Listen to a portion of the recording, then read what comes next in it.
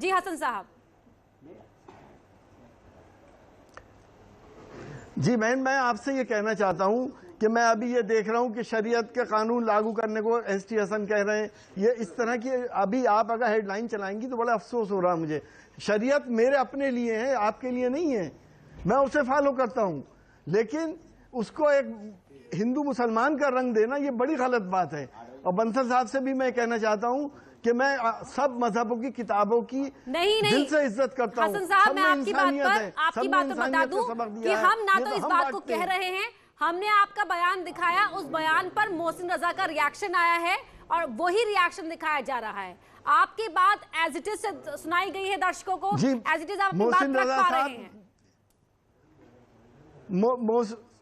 जी मोहसिन रजा साहब का बयान क्या बेतुका नहीं है? इतनी बड़ी पार्टी, इतना बड़ा नेता देश का, उसके लिए उन्होंने कह दिया कि आईएसआई के लोग ही हैं।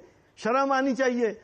करोड़ों लोगों की दिलों की धड़कन है अखिलेश यादव जी, उनके लिए ऐसी बात कही जाएगी? अगर अखिलेश यादव जी सबके साथ इंसाफ करते हैं तो मुसलमानों की पार्टी नहीं हो गए वो, या मुसलमानों की शरीयत की बात नहीं कर रहे हैं, वो इंसाफ की बात करते हैं। समाजवादी पार्टी में मुसलमानों के साथ सिर्फ इंसाफ किया जाता है।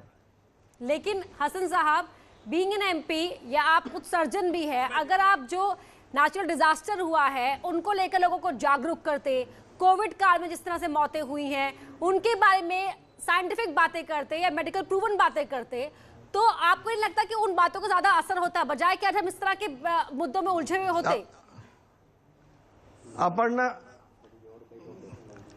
अपर्णा बहन, मैं तुम्हें बता दूं, मैं खुद डॉक्टर हूं। मैंने सोशल मीडिया पे वैक्सीनेशन का बहुत प्रचार करा है, और मैं ये भी जानता हूं कि अगर इससे बचाव हो सकता है तो सिर्फ और सिर्फ वैक्सीनेशन से होगा, वरना 1 साल के बाद फिर ये आपदा आ जाएगी। मेरा कहने का मतलब ये है कि हमें उस अपने पैदा करने वाले को, अपने पालनहार को, उसको मनाना चाहिए ताकि वो हमारे ऊपर रहमतें भेजे और हमें हर आफतों से बचाए। मैं डॉक्टर हूं, मैं जब ऑपरेशन करता हूं, कोई सीरियस ऑपरेशन करता हूं, तो परिजनों से कहता हूं मैं कोशिश कर रहा हूं, तुम ऊपर वाले से दुआ करो तुम्हारे मरीज को बचा ले। ये क्या बात हुई कि हम टीवी पे तो ये कहें कि साहब ये कोई चीज नहीं हुई ऊपर वाला, और घर पे आके जब हमारी हवा खराब होती है तो हम मस्जिदों में जा रहे हैं, मंदिरों में जा रहे हैं। हर कोई ऊपर वाले के अस्तित्व को मान रहा है, याद करते हैं। इसमें कोई नकारने वाली बात नहीं है। आलोक अवस्थी जी बीच में कुछ कहना चाहते हैं। आलोक अवस्थी पूरी नहीं हो पाई जी, बस तो मैंने फिर इसमें क्या गलत कर दिया? पूरी नहीं हो पाई थी। देखिए एसटी साहब का अभी भी मत स्पष्ट नहीं है। वो सर्जन भी है और देश में की लोकसभा के सांसद भी हैं। लेकिन मुझे लगता है कि एक सर्जन पढ़ा लिखा व्यक्ति होता है। शरीयत और जो है हिंदू धर्म का जो पर्सनल लॉ है वो उनका व्यक्तिगत इशू होना चाहिए। उसको देश में थोपने की जो बात कर रहे हैं वो उनकी मानसिकता की तरफ इशारा करता है कि जो उनकी पार्टी की मानसिकता रही है कि किस तरीके से देश को बांटो। जो अंग्रेजों का शासन रहा है, अंग्रेज भी यही करते थे कि देश को बांटो और इनको लड़ाओ और लड़ा करके अपना लाभ कमाओ।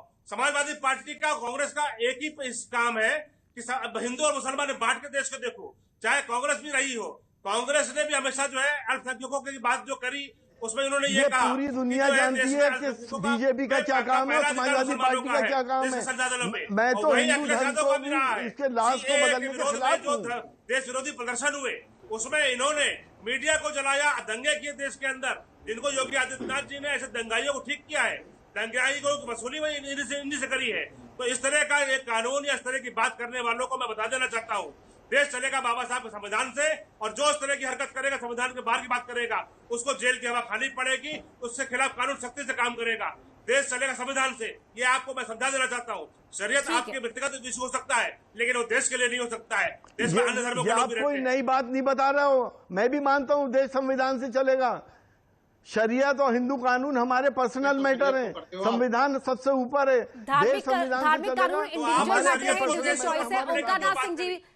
लास्ट कमेंट में लेना चाहूंगी, लास्ट कमेंट का ही वक्त रह गया है। ठीक है ओंकार सिंह, इस समय महामारी इतनी बढ़ी हुई है और सरकार अपनी जिम्मेदारी को समझे। इस तरह की बहस में जाने के बजाय सरकार अपनी जिम्मेदारी को समझे। और सबसे बड़ी चीज ये है कि सरकार ने अपनी जिम्मेदारी को नहीं समझा। जब सारे देश ने, जिनकी आबादी 6 करोड़ है, 9 करोड़ है, 12 करोड़ है, 30 करोड़ है, उन्होंने अपने यहाँ डोजेस जो है 2020 में 9 करोड़, 12 करोड़, 20 करोड़, 30 करोड़ और 9 करोड़ इस तरह किया। यहाँ तक कि ऑस्ट्रेलिया ने 2.5 करोड़ की आबादी वाले देश से 3.5 करोड़ का ऑर्डर किया। और भारत जिसकी आबादी 137 करोड़ है, उसने 1 लाख 1 करोड़ अरे 65 लाख ओंकारनाथ की सिंह जी, डोजेस का कोविड